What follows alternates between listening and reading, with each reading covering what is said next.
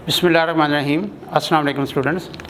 आज बेटा हमारा लेक्चर नंबर 12 है और लास्ट क्वेश्चन रह गया था पिछले लेक्चर में 7.1 का, तो पहले उसी को कंप्लीट करेंगे।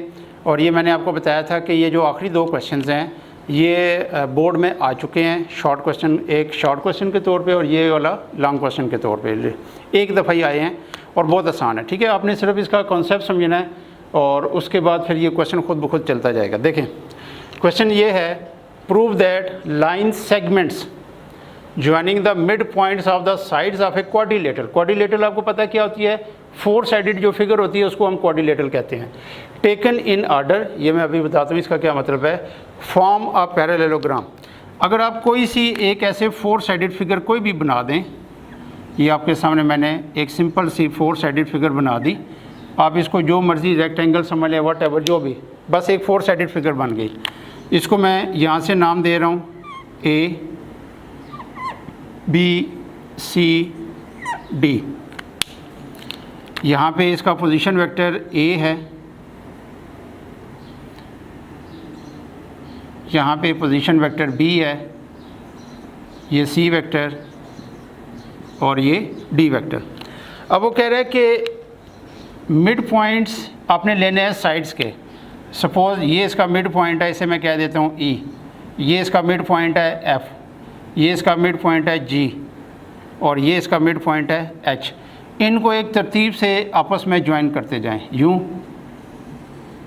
फिर यूँ, फिर इसके साथ, फिर इसके साथ। तो क्वेश्चन में ये कह रहा है टेकन इन ऑर्डर मीन के एक साइक्लिक पैटर्न में आप ज्वाइन करें, यानी ऐसे नहीं कर सकते कि ई को जी से मिला दें या एच को एफ से मिला दें, एक साइक्लिक ऑर्डर में यूँ, ई को इसके साथ मिलाया, इसको अपने नेबर के साथ मिलाया, इसको इसके नेबर के साथ मिलाया, इसको इसके नेबर के साथ यानी मिड पॉइंट के साथ मिलाया।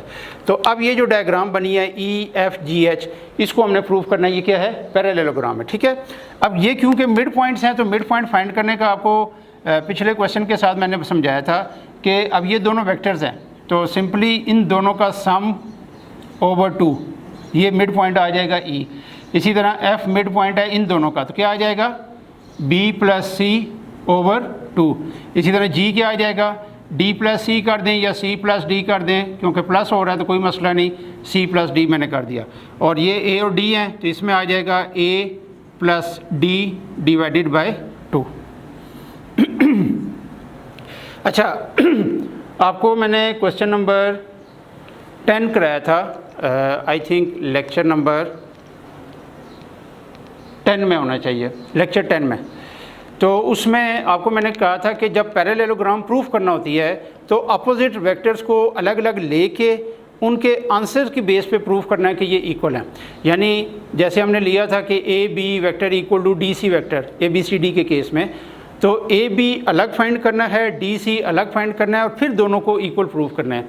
होता ही है कि स्टूडेंट इसमें क्या करते हैं, पहले से ही दोनों को इक्वल ले लेते हैं। मसलन अब जैसे मैंने प्रूफ करना है E F G H parallelogram है तो ई एफ को एच जी के इक्वल लेना है। अब ये मैंने डायरेक्शन बनाई है ई से एफ, तो इसके सामने बनेगी एच से जी, तो ई एफ और एच जी को आपने इक्वल प्रूफ करना है। तो पहले से इनको इक्वल नहीं लेना, यानी ई एफ इधर लिखा, एच एफ दूसरी तरफ लिखा, बीच में इक्वल चल रहा है, दोनों सॉल्व करते करते आखिर में आंसर सेम आ गया।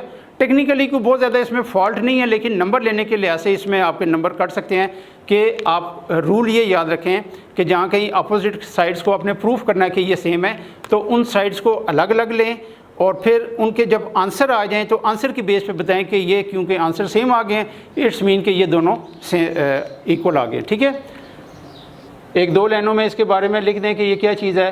Consider a quadrilateral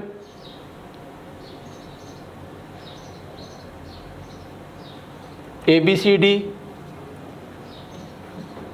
having position vectors A vector, B vector, C vector and D vector. E, F, G, H be the midpoints of the sides. फिर लिखते जाएं कि इसको किसके साथ ज्वाइन किया। Join E to F, F to G, G to H and last one H to E. We have to show that EFGH is a parallelogram. ये parallelogram को शॉर्टकट लिखने का तरीका है कि दो पैरेलल लाइंस लिख दें, ड्रा करें और साथ GM लिख दें तो ये पैरेललोग्राम हो जाएगा। अच्छा, अब क्या करना है कि आपने फ़र्ज़ करें EF साइड ले ली, EF, तो EF क्या बनेगा, OF माइनस OE। तो OF की वैल्यू ये आपके सामने है B plus C divided by 2 और OE की value A plus B divided by 2। 1/2 common ले लें, B plus C minus A minus B, इसमें से देखें B कैंसिल हो जाएगा तो आपके पास EF की वैल्यू आ गई 1/2 C माइनस A। ये समझो एक रिज़ल्ट आपके पास आ गया। अब EF के सामने GH नहीं पढ़ना, HG, क्योंकि इधर से आप नीचे से ऊपर की तरफ जा रहे हो EF, तो सामने भी आप इसी डायरेक्शन में पढ़ेंगे HG,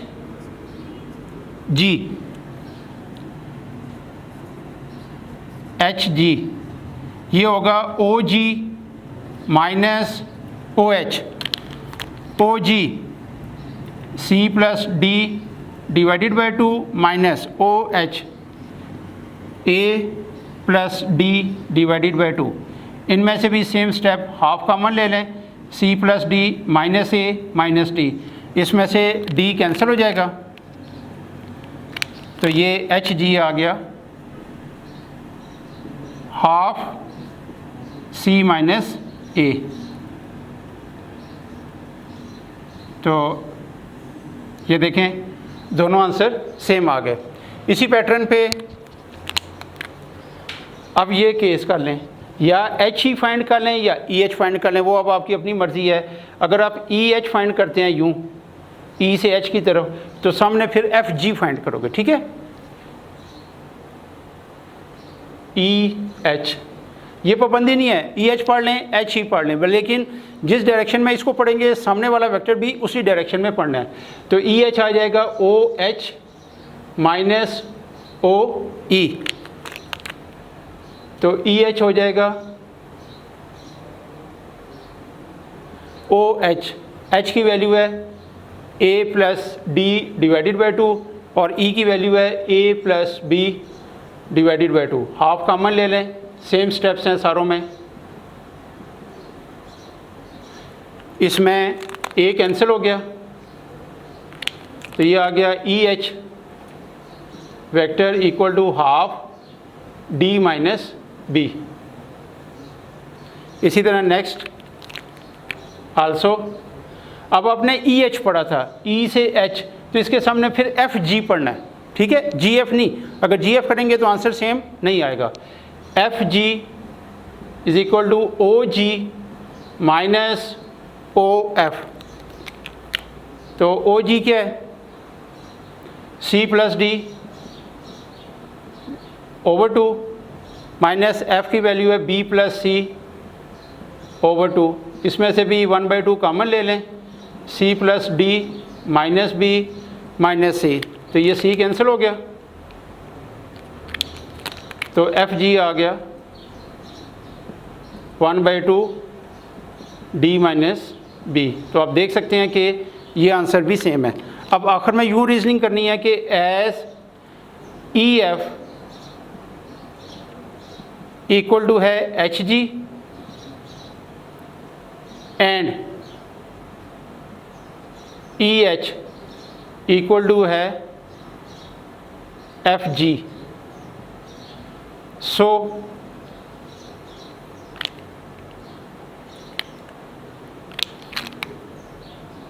EFGH is a parallelogram, यानी अपोजिट साइड्स को हमने अलग अलग फाइंड किया और फिर प्रूव किया कि ये इक्वल आ गए।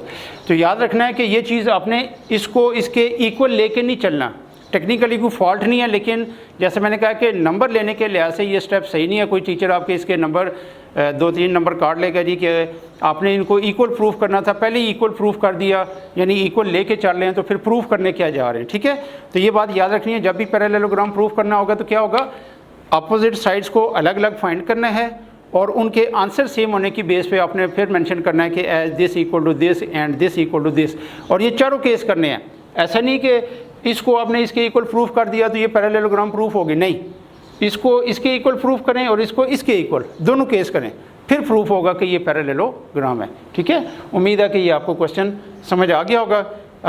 इसको एक, मेरा तो ख्याल है कि एक दफ़ा देखने से आपको समझ आ जाएगी, लेकिन फिर भी इन केस अगर कोई प्रॉब्लम करे तो आप इसी क्वेश्चन को दोबारा रिपीट कर लें, इंशाल्लाह सारी बातें समझ आ जाएंगी। ठीक है,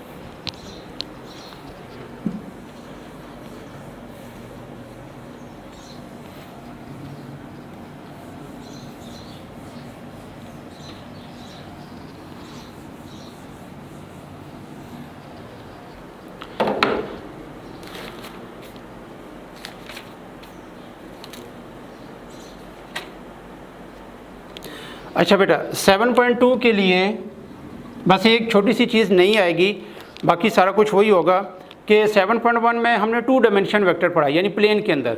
अब वेक्टर स्पेस में आ जाएगा, यानी 3 डायमेंशन हो जाएगा, उसमें आई भी आएगा, जे भी आएगा और के भी आएगा। सेम जो मेथड 2 कंपोनेंट्स के लिए था वही सेम मेथड 3 के लिए होगा। इसमें जो एक नई चीज़ आएगी वो ये मैं एक्सप्लेन कर देता हूँ, डायरेक्शन एंगल्स एंड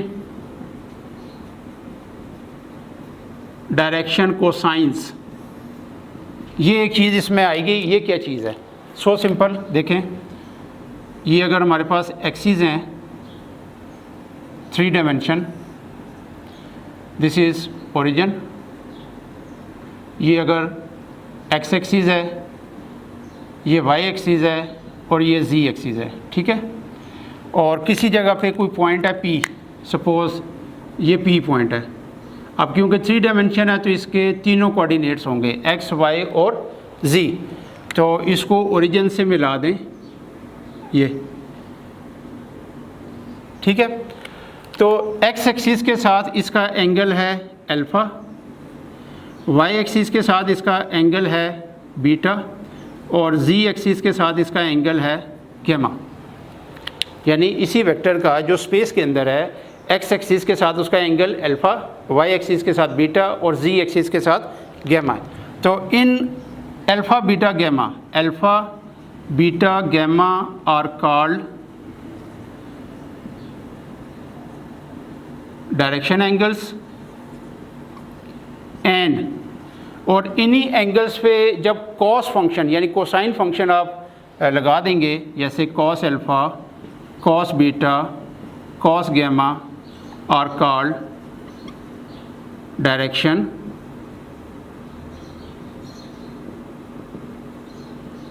cosines। यानी कोसाइन बेसिकली क्या है, cos function, sine cos tan जो आप ट्रिग्नोमेट्री में पढ़ चुके हैं। ठीक है, तो अल्फा बीटा गामा क्या हो गए, डायरेक्शन एंगल, और इसी पे जब कॉस फंक्शन अप्लाई होगा तो क्या हो जाएगा, डायरेक्शन कोसाइन। ठीक है, एक्सरसाइज हम शुरू करते हैं। इसका जो फर्स्ट क्वेश्चन है वो सेम वही है 100% जो 7.1 में मैं आपको सिखा चुका हूँ, और 2 डायमेंशन है, तो इसको तो मैं अभी नहीं रिपीट करूँगा। क्वेश्चन नंबर 2 भी उसी तरह का ही है, लेकिन चलें इसमें से एक पार्ट हम कर लेते हैं। क्वेश्चन 2 में से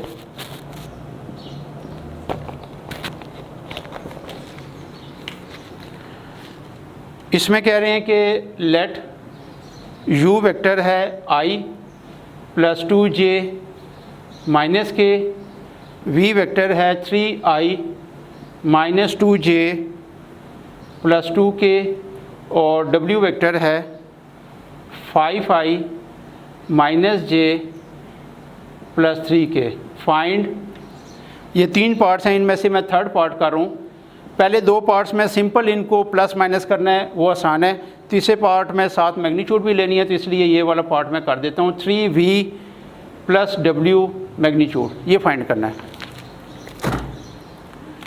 तो पहले हम क्या फाइंड करेंगे, 3v + w फाइंड कर लेंगे। जब इसका आंसर एक सिंगल वेक्टर की फॉर्म में आ जाएगा फिर मैग्नीट्यूड फाइंड कर लेंगे इसकी फाइंड सॉल्यूशन। पहले 3v + w, यानी v वेक्टर को 3 से मल्टीप्लाई करें। v वेक्टर है 3i - 2j और प्लस 2k, इसको प्लस करना है इसके साथ w, 5i minus j plus 3k, this will B 9i minus 6j plus 6k plus 5i minus j plus 3k, this will B 9i और 5i 14i, फिर minus 6j और 1j 7j और 6 और plus 3 9k।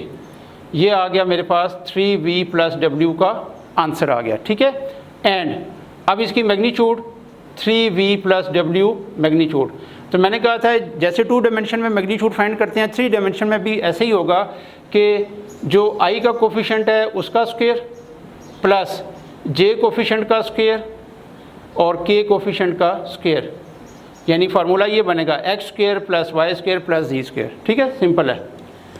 तो ये आ जाएगा 196 प्लस 49 प्लस 81, दिस विल बी 9 और 1 10 16,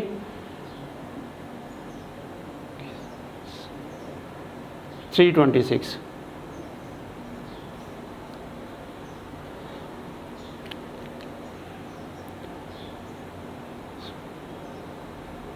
जी बिल्कुल ठीक है, 326 इसकी मैग्नीट्यूड आ गई, बस यही करना है।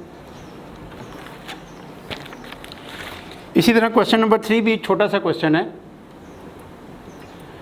इसमें कह रहा है कि मैग्नीट्यूड फाइंड करें v वेक्टर की और डायरेक्शन कोसाइन फाइंड करें।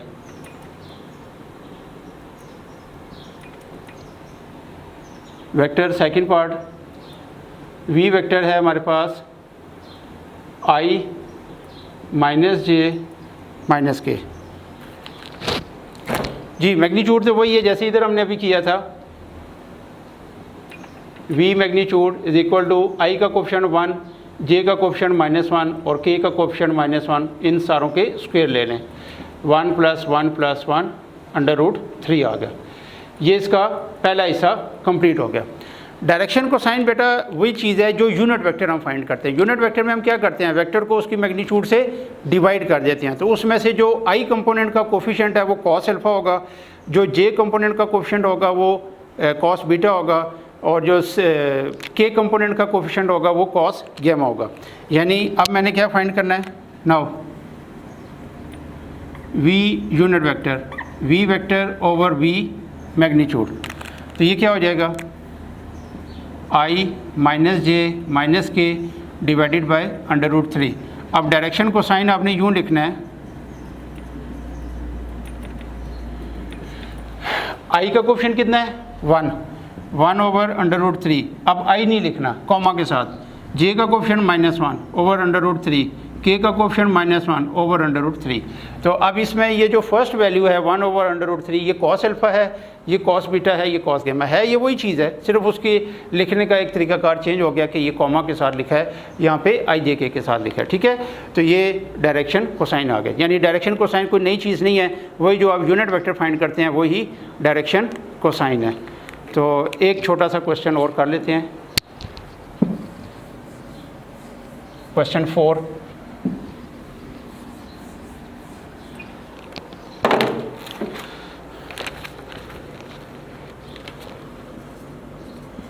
क्वेश्चन 4 में कह रहे हैं अल्फ़ा की वैल्यू फाइंड करनी है अगर magnitude of alpha plus 1 j और प्लस 2 के मॉडुलस इज इक्वल टू 3।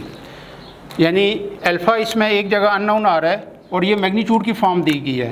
तो मैग्नीट्यूड क्या होता है, i का जो कोफिशिएंट है उसका स्क्वायर, j कोफिशिएंट का स्क्वायर और k कोफिशिएंट का square, this is square root equal to 3। अगर रूट ख़त्म करना है तो क्या करेंगे, स्क्वेयरिंग बोथ साइड हो जाएगा, अल्फ़ा स्क्वायर इसका स्क्वायर अंदर ही खोल दें, alpha square plus 2 alpha plus 1 plus 4 equal to 9। Squaring से ये रूट ख़त्म होगा, अंदर वाले स्क्वायर ख़त्म नहीं होंगे, ठीक है। This will B 2 alpha square plus 2 alpha plus 5, 9 को भी इधर ले आएँ तो ये आ गया 2 alpha square plus 2 alpha minus 4, इसको डिवाइड कर दें बाय 2 से तो ये आसान फॉर्म में आ जाएगी इक्वेशन, ये आ गया। अब इसको फैक्टराइज करेंगे तो बस अल्फ़ा की वैल्यूज़ आ जाएंगी, alpha square plus 2 alpha minus 2 equal to 0, alpha common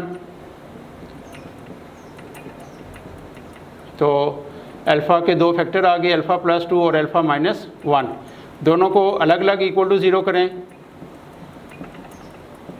तो एक वैल्यू -2 आ गई और एक वैल्यू 1 आ गई। ठीक है, तो ये फर्स्ट 4 क्वेश्चन, इवन के आगे भी कुछ आसान छोटे छोटे से क्वेश्चन हैं। तो आज के लिए बस यहीं तक हम करेंगे और इंशाल्लाह जो नेक्स्ट लेक्चर होगा वो फिर हम यहाँ से ही आगे क्वेश्चन नंबर 5 से शुरू करेंगे। तो टिल देन मेरी तरफ से अल्लाह हाफिज़।